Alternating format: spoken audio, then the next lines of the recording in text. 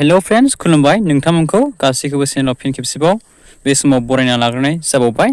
दिनै आं बे समाव नोंथांनि थाखाय जास्ट ओरैनो मोननैसो आपडेट्सनि सायाव भिडिअ लानानै फैदों। जास्ट जोङो मोननैसो आपडेट्सनि सायावहाय सावरायगोन। बे भिडिअनि गेजेरजोंहाय मिथिनो मोनगोन नोंथांमोनहा। दा नोंथांमोना बेनिखायनो भिडिअखौ फारसेथिंनिफ्राय जोबनायसिम नायलांबानो जाबाय स्किप खालामाजासे। जोंहा दिनै 10 मार्च दिनैहाय जोंहा माखासे राङारि अनसुंथाइ जायफोरा मोनो बोराय बुरै पेन्सन बेबायदिनो जोंहा मेल्ला स्किम राङारि अनसुंथाइ दङ। बेबायदिनो जोंहा हेन्डिकेपनि बेबायदिनो रान्दि दुखि बेबायदिनो मोनो जोंहा अरुणदयनि मोनो। दा बिथांमोननि राङारि अनसुंथाइ पेन्सना दिनै सोगोन बिथांमोननि राङारि अनसुंथाइखौ दिनै सोना हरगोन गभर्नमेन्टआहाय। दा बे नोंथांनि थाखाय बे मोनसे मोजां खौरां। दा जोङो नेक्स्ट स्टेपाव बारनि। दा जोंहा अरुणदयनि 3.0नि जोङो गोबां एप्लाइ खालामनो नेनानै दङ नङा होमबा नोंथांमोना गासैबो। दा अरुणदय 3.0आ नोंथांमोना जाबाय जायाखै रावबो बेखौ नोंथांमोना मिथिया जानांगौ। दा आं बे भिडिअनि गेजेरजों लेटेस्ट नोंथांमोननो मिथिहरनो सानदों जे दासिमबो जोंहा अरुणदय 3.0नि एप्लाइआ जानानै फैयाखै आरो बियो जोंहा अनलाइन जाया अफलाइनसो जागोन। जोंहा बियो डाइरेक्ट ब्लक लेभेलनिफ्राय BCDC ग्राम पन्सायतआवहाय बिथांमोना दायथ' हरगोन आरो बिथांमोना नोंथांमोननि अरुणदयनि लिस्टखौहाय नोंथांमोना सोर मोनदों सोर मोनाखै आरो सोर बायदिया मोनथावना नोंथांमोनखौ सायख'नानै बिथांमोना लिस्ट खालामगोन आरो जायफोरा मोनथावना बिथांमोननो बे स्किमखौहाय नोंथांमोननो होनाय जागोन। दा नोंथांमोना मिन्थिबाय नोंथांमोना ग्राम पन्सायतआवहाय नोंथांमोना टाच थाबाय थाबानो जाबाय खबर लाबाय थाबानो जाबाय। दा बे थांबाय जोंहा नेक्स्ट स्टेपाव फैनि। दानिया जोंहा नेक्स्ट आपडेटआनो जाहैबाय सेल्फ हेल्प ग्रुप मुख्यमन्त्रि महिला उद्यमित्व अभियान स्किम होनो बेखौहाय। दा नोंथांमोना बेनि राङारि अनसुंथाइखौ नोंथांमोना दासिमबो मोनाखै ग्रुपआवहाय। दा बेनि भेरिफिकेसन नोंथांमोना 3 स्टेप जानानै थांबाय।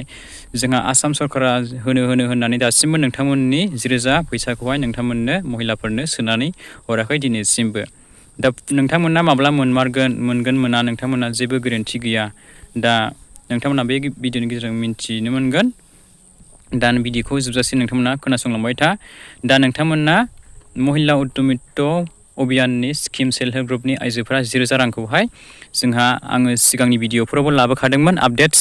नोंथांमोना फैबाय थानाय एप्रिल मासनि 1 थारिखनिफ्राय जोंहा आसामनि CM बिथां हिमन्त बिश्व शर्मा मामायाहाय सोनानै होसिगोननो 10,000 रांखौहाय दंफां गायनायनि नामावहाय।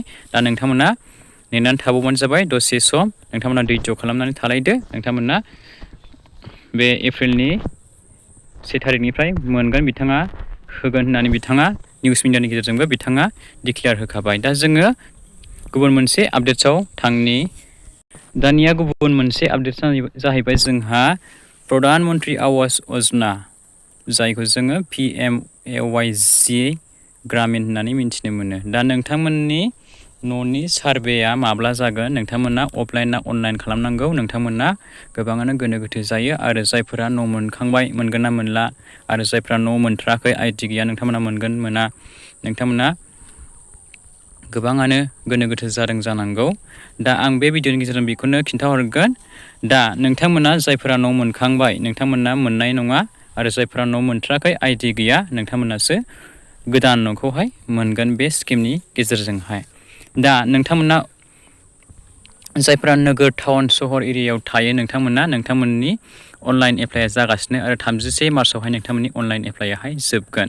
दा जोंहा भिलेज गामि सिङाव जायफोरा थायो गामि सिंनि जायफोरा गोग्लैयो नोंथांमोननि बे PMAYG न'नि जोंहा सिस्टेमाहाय अफलाइनसो जायो दै। जोंहा ब्लक लेभेलनिफ्राय BCDC नि चेयारमेनफोरनो दायथ' हरो बिथांमोननो मोनफा मोनफा आइडि होनाय जायो बिथांमोनखौ खामानिखौ मावहोनाय जायो। दा खोनानो मोन्दों जोङो गोबां सर्सआव मोननाय बायदिब्ला माखासे BCDC लेभेलाव गामि गामि बिथांमोनहा माखासे मेल मिटिं प्रग्रामफोर खालामदों होननानै। दा बिथांमोना थाबैनो नैबे मार्च मासावनो बिथांमोना बे खामानिखौ मावगोन। बिथांमोना मार्च मासनि गेजेरावनो फोजोबनांगौ बे खामानिखौहाय गोदान न'नि लिस्टखौहाय बिथांमोना खालामगोन। दा बिथांमोना बे मासनि गेजेरावनो बिथांमोना बे खामानिखौ मावबोगासिनो दं। जों गोबां सर्सआव आरो खोनानो मोननाय बायदिब्ला दा नोंथांमोना जायफोराहाय न' मोनथाराखै, जायफोरा आइडि गैखाया, नोंथांमोना बे बाराव नोंथांमोना सार्भे खालामनानै नोंनि गासैबो डकुमेन्टसा क्लियारब्ला, नोंथाङा मोनथावथावब्ला नोंथाङा न' गोदानखौहाय मोननो हागोन। बेनिखायनो नोंथाङा नोंथांनि माखासे डकुमेन्टस जायनाखि बेखौहाय नोंथांमोना क्लियार खालामनानै दोनखाजोबबानो जाबाय, जाहाथे बिथांमोना जेब्ला सार्भे खालामफैयो नोंनि न'आवहाय, अब्ला नोंथाङा जा डकुमेन्टस बियो बेखौ नोंथाङा जेबो गोरोन्थि गैयालासे नोंथाङा बिथांमोन बिनाय बायदि नोंथाङा साबमिट खालामना होनो हायो। थ' जोङो बे आपडेट्सखौ मिथिबाय, अब्ला जोङो गुबुन मोनसे आपडेट्सआव थांनि। दा जोंहा गुबुन मोनसे आपडेट्सआ जाहैबाय बेनो SBM टयलेट, नङा होमबा, जायखौ जों लेट्रिन होननानैबो बुंनो हायो। दा नोंथांमोना गोबाङानो अनलाइन एप्लाइ खालामदों जानांगौ लेट्रिनखौहाय।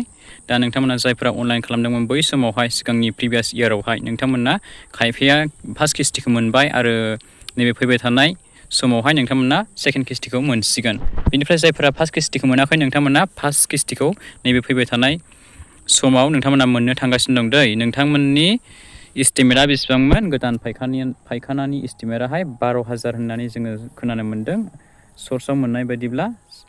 दा जोंहा बेवहाय फार्स्ट किस्तियाव नोंथांमोननो 9,000 खरि बिथांमोना सोना होगोन होननानै बिथांमोना बुंदों, आरो नोंथांमोना सेकेन्ड किस्तियावहाय नोंथांमोना 30,000 नोंथांमोना मोननो हागोन। टटेल जोंहा 12,000 जायो आरोखि। दा नोंथांमोना टयलेट जायफ्राहाय एप्लाइ खालामनानै दोनदोंमोन, नोंथांमोना जायफ्रा टयलेट गैया, नोंथांमोना सार्भे खालामोब्ला नोंथांमोना मोनगोन। आरो सार्भे खालामनानै जुदि नोंथाङा टयलेट दंखायोब्ला नोंथाङा मोननाय नङा। आरो नोंथांमोना जायफ्राहाय रेशन कार्ड गांसेजोंनो न'खरनि साफ्रोमबो मानसियाहाय एप्लाइ खालामनानै दोनदोंब्ला, नोंथांमोना बेबायदि सानै साथाम गंनै गंथाम नोंथांमोना मोननाय नङा दै, मोनसेल' मोनगोन। बेनिखायनो रेशन कार्ड गांसेजों नोंथांमोना मोनसेल' टयलेटखौ एप्लाइ खालामनो हायो। दा नोंथांमोना बेखौबो मिन्थिबाय। दानिया जों गुबुन मोनसे आपडेट्सआव थांनि।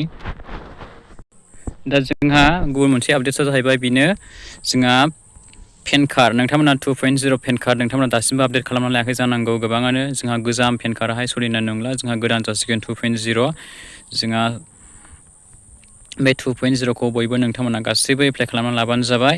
दा आङो बिनि भिडिअबो सिगाङावहाय लाबोखादोंमोन, नोंथांमोनहा नायनो हागोन। भिडिअ चेक खालामहै आंनि लिंकआवहाय थांनानै नोंथांमोना। दा नोंथांमोना बे पेन कार्ड 2.0खौ आपडेट खालामनानै गासैबो लाथारबानो जाबाय। बेनिफ्राय जोंहा गुबुन मोनसे आपडेट जब कार्ड। नोंथांमोना जब कार्डखौबो आधार कार्डजों आपडेट लाथार। नोंथांमोना आधार कार्डजों जायनि जब कार्डआ लिंक गैया, नोंथांमोनाहाय जब कार्डआहाय इनभेलिड जानो हागौ। बेनिफ्राय जोंहा मोनसे आपडेट्स दंबावो, बेनो जाहैबाय जोंहा नोंथांमोना साख्रि नागिरनायाव गोबां प्रब्लेम जागोन। नोंथांमोना इमप्लयमेन्ट एक्सचेन्ज कार्ड नोंथांमोना बेखौहाय आपडेट खालामनानै लादो। गासैबो आपडेट खालामनानै लालायबानो जाबाय। सोरनाबा एक्सपायरि डेट जानो थांगासिनो दङ। नोंथांमोना बेनिखायनो जायफोरनाहाय नोंथांमोना एक्सपायरि डेट जानो थांगासिनो दं, नोंथांमोना इमप्लयमेन्ट एक्सचेन्ज कार्डखौहाय रिनिउवेल आपडेट खालामनानै गासैबो लालायबानो जाबाय। नङाब्ला नोंथांमोननि इमप्लयमेन्ट एक्सचेन्ज कार्डआ नोंथांमोननि साख्रि नागिरनायावहाय जायखिजाया स्किम, जायखिजाया जब्स नोंथांमोना नागिरनायावहाय प्रब्लेम जानो हागौ। नोंथांमोननि इमप्लयमेन्ट एक्सचेन्जआ एप्लाइ खालामबाबो नोंथांमोना खामानि होनाय नङा। दा बेनिखायनो नोंथांमोना बे खामानिखौबो नोंथांमोना मावना लाबानो जाबाय। दा बेनिफ्राय नोंथांमोना जायफोराहाय भटार कार्ड दं, नोंथांमोना भटार कार्डआबो आपडेट खालामना लाबानो जाबाय। भटारखौबो आपडेट खालामनो बिथांमोना नोंथांमोननो रिकुवेस्ट खालामदों। नोंथांमोनखौ गासैखौबो भटार कार्डखौहाय आपडेट खालामनो थिनदों। नोंनि भटाराबो इनभेलिड जानो हासिगौ। बेनिखायनो नोंथांमोना भट होनायाव जेबो प्रब्लेम जायैबायदि नोंथांमोना गावबा गावनि भटार कार्डखौबो भटार सार्भिस पर्टेलाव फैनानै नोंथांमोना आपडेट खालामनानै लाबानो जाबाय। बेनिफ्राय जोंहा आधार कार्डआबो जोंहा लास्ट डेट जोबनायनि टाइम जोंहा सफैबाय थायो। नोंथांमोना जायफोरा आधार कार्डआ नोंथांमोननियाहाय प्रब्लेम, आधार कार्डआ नोंथांमोना